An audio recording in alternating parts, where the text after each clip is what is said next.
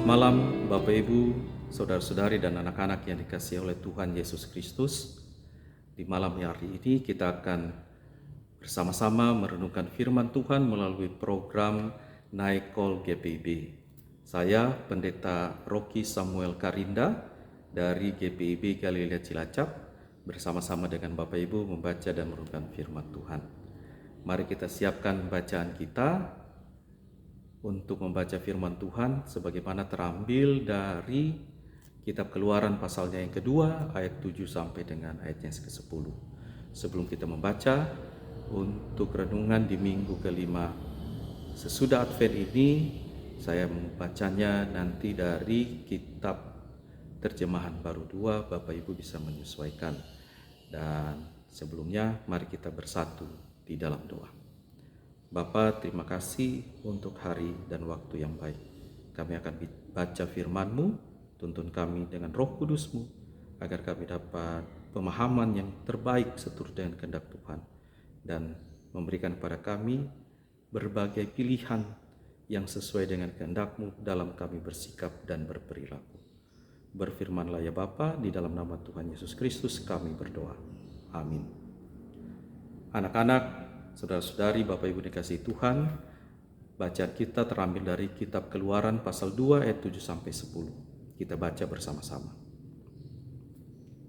Lalu bertanyalah kakak anak itu kepada putri Firaun, "Perlukah aku pergi memanggil seorang ibu penyusu dari antara orang Ibrani untuk menyusui bayi itu bagi tuan putri?" Sahut putri Firaun itu kepadanya, "Pergilah." Lalu gadis itu pergi memanggil ibu bayi itu. Berkatalah putri Firaun kepada ibu itu, "Bawalah bayi ini dan susuilah dia bagiku.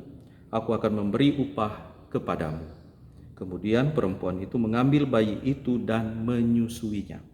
Ayat 10, ketika anak itu telah besar, ia membawanya kepada putri Firaun yang mengangkatnya menjadi anaknya. Ia menamainya Musa, katanya, "Karena aku telah menariknya dari air." Anak-anak, Bapak Ibu dan saudara-saudara yang kasih Tuhan, renungan kita malam hari ini berjudul Tuhan punya banyak cara. Tapi mari kita lihat cara-cara apa saja yang bisa kita pahami melalui bacaan ini. Saya mengajak kita melihat paling tidak dalam bacaan kita ada 4 pribadi. Sebelumnya sebenarnya tidak terungkap dalam bacaan kita tadi, ada satu pribadi lagi, yaitu Firaun, Raja Mesir. Raja Firaun, Raja Mesir adalah pribadi yang berupaya untuk membunuh anak-anak Israel karena ketakutannya terhadap perkembangan bangsa Israel yang semakin besar, yang bisa mengalahkan nanti jumlah orang Mesir. Maka untuk menghambat dan untuk melenyapkan ketakutannya dan untuk mempertahankan hidupnya, dia membunuh anak-anak Israel, berupaya membunuh anak-anak Israel. Bagaimana mungkin upaya untuk mempertahankan kehidupan dengan cara menghancurkan kehidupan? Apakah bisa demikian? Nanti kita lihat lagi. Karakter yang kedua adalah anak Firaun. Dia mengangkat bayi Musa dari sungai, dari air. Dia tahu siapa Musa itu, anak dari bangsa lain, tapi dia tidak memperhatikan itu. Dia mengambil dan merencanakan untuk menjadikan Musa sebagai anaknya. Dia menyelamatkan Musa, tapi dia juga menyelamatkan ayahnya, yang karena keputusan ayahnya yang melawan kehidupan, anaknya menyelamatkan ayahnya dengan menyelamatkan kehidupan. Karakter yang ketiga adalah ibu Musa, seorang perempuan. Perempuan sering dianggap lemah dalam bacaan di Alkitab, tetapi kali ini diperlihatkan bagaimana kecerdasannya, bagaimana potensi dalam dirinya. Dia berupaya menyelamatkan sampai batas dari kemampuannya, dan juga dengan imannya dia membuat keranjang dari daun, melapisinya dengan ter, lalu meletakkan bayi Musa dan kemudian menghanyutkannya. Di situ kita lihat, ini adalah perempuan yang luar biasa, hebat, menyelamatkan dan punya iman yang kuat. Karena dia tidak tahu nanti bagaimana akhir dari perjalanan bayinya, tapi dia yakin disinilah awal keselamatan dengan memanfaatkan kreativitas, pengetahuan yang dia miliki, dan juga potensi yang ada di sekitar, di lingkungan. Maka itulah yang terjadi. Dan yang keempat adalah kakak Musa yang terus mengikuti bayi yang sedang terapung-apung itu dalam keranjang dan berjumpa dengan putri Firaun dengan memberikan ide yang sangat brilian bahwa ada orang yang bisa menyusui, dan ide itu diterima sehingga akhirnya Musa yang dihanyutkan tadi, dia sampai bukan ke tempat yang tidak diketahui, tetapi yang dihanyutkan itu kembali kepada ibunya. Dari sini kita lihat semua cara Allah berlangsung dengan baik. Tetapi cara Allah yang bagaimana yang sedang terjadi? Menurut kitab Keluaran dan juga oleh Musa mendapatkan di Gunung Sinai ada 10 cara yang Tuhan berikan agar hidup sesuai dengan kehendak Allah dan memelihara kehidupan yang berbeda dengan cara memelihara kehidupan yang dipilih oleh Firaun. Yaitu Musa sendiri yang diselamatkan adalah kehidupan yang dipelihara Allah, diberikan 10 hukum yang menjadi cara hidup yang benar untuk mempertahankan hidup. Pertama, jangan ada padamu ilah lain di hadapanmu. Yang kedua, jangan membuat patung dan menyembah kepadanya. Yang ketiga, jangan menyebut nama Tuhan dengan sembarangan. Yang keempat, ingat dan kuduskanlah hari Sabat. Yang kelima, hormatilah ayah dan ibumu. Yang keenam, jangan membunuh. Yang ketujuh, jangan berzina. Yang kedelapan, jangan mencuri. Yang kesembilan, jangan mengingini sesama, jangan berdusta, jangan bersaksi dusta. Yang kesepuluh, jangan mengingini milik sesamamu. Dari 10 ini, semuanya itu harus tercermin dalam kehidupan seseorang yang menjadikan tanda bahwa Allah memberikan kepada kita 10 cara dari begitu banyak cara yang Allah punya untuk menyelamatkan. Tapi dia memberitahukan pada kita 10 cara yang bisa mewakili itu semua agar kita tepat dalam mengambil keputusan untuk mempertahankan kehidupan.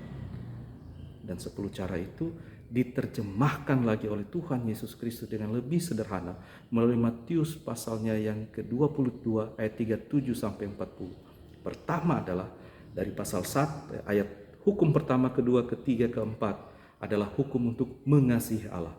Sedangkan hukum ke-5, 6, 7, 8, 9, 10 adalah hukum mengasihi sesama. Jadi cara yang Tuhan Yesus simpulkan dari 10 cara itu terwakili dalam 2 sikap. Sikap mengasihi Allah dan sikap mengasihi sesama. Sikap mengasihi Allah dan sikap mengasihi sesama tercermin dalam putri Firaun, ibu Musa dan kakak Musa. Dan sikap yang bertentangan dalam itu adalah yang diambil oleh Firaun, memelihara kehidupan dengan menghancurkan kehidupan. Bapak Ibu dan saudara-saudari, anak-anak yang dikasihi Tuhan, apa berita penting bagi kita malam ini? Banyak hal yang sudah kita lakukan di pagi hari tadi hingga menjelang malam, dan kita ada tempat kita bekerja, di pasar, di rumah, menyiram bunga, memasak, mengerjakan tugas pokok, mengerjakan tugas di kantor, melakukan perjalanan, atau dimanapun kita berinteraksi dengan orang lain, berinteraksi dengan keluarga.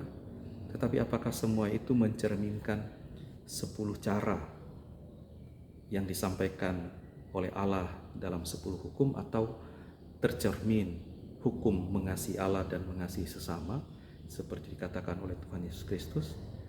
Apakah kita sudah melibatkan cara Allah dalam cara kita berperilaku?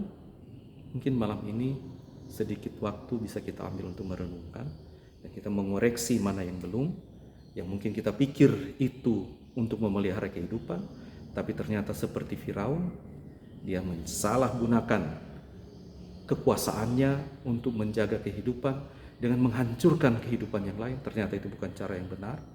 Kita juga dapat belajar untuk menghindari pilihan seperti itu, tetapi lebih mengarahkan kita untuk belajar seperti putri Firaun, ibu Musa dan kakak Musa.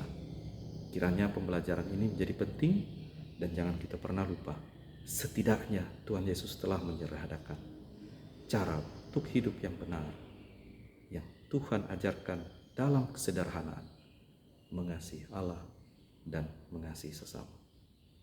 Demikian firman Tuhan. Tuhan Yesus memberkati. Selamat beristirahat. Mari kita berdoa. Terima kasih ya Tuhan atas renungan waktu yang indah untuk kami belajar mengikuti cara Tuhan dalam mengambil keputusan untuk mempertahankan hidup. Bimbing kami agar kami tidak lengah, sehingga kami menjadi seperti Firaun, memelihara hidup tapi mengabaikan kehidupan yang lain. Tapi kami mengabaikan ciptaan Tuhan yang lain. Kiranya dengan renungan malam ini, kami memelihara hidup, belajar seperti yang dilakukan oleh Ibu Musa, kakak Musa, dan putri Firaun. Itu semua mencerminkan cara Allah.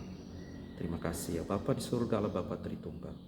Terima kasih untuk malam ini kami beristirahat, bangunkan kami pagi, agar kami mampu untuk mengoreksi hidup kami kembali dan bekerja, beraktivitas sesuai dengan kehendak Allah, mengasihi Allah dan mengasihi sesama.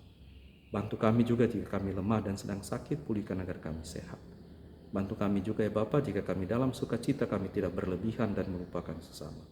Bantu kami juga ya Bapa jika kami dalam kesusahan dan dalam duka, tapi kami tidak sampai berputus asa. Agar kami selalu bersandar hanya padamu, karena cara hidup sesuai dengan Tuhan ajarkan, mengasihi Allah dan mengasihi sesama, adalah cara yang terbaik untuk meneruskan kehidupan dan menjalani kehidupan ini dengan penuh berkat Tuhan. Terima kasih ya Bapa, kami serahkan hidup kami ke dalam tangan pengasihan-Mu. Dalam nama Tuhan Yesus Kristus kami berdoa. Amin. Demikianlah renungan firman Tuhan. Anak-anak, saudara-saudari, Bapak Ibu, para sahabat PPIB, selamat malam, Tuhan memberkati.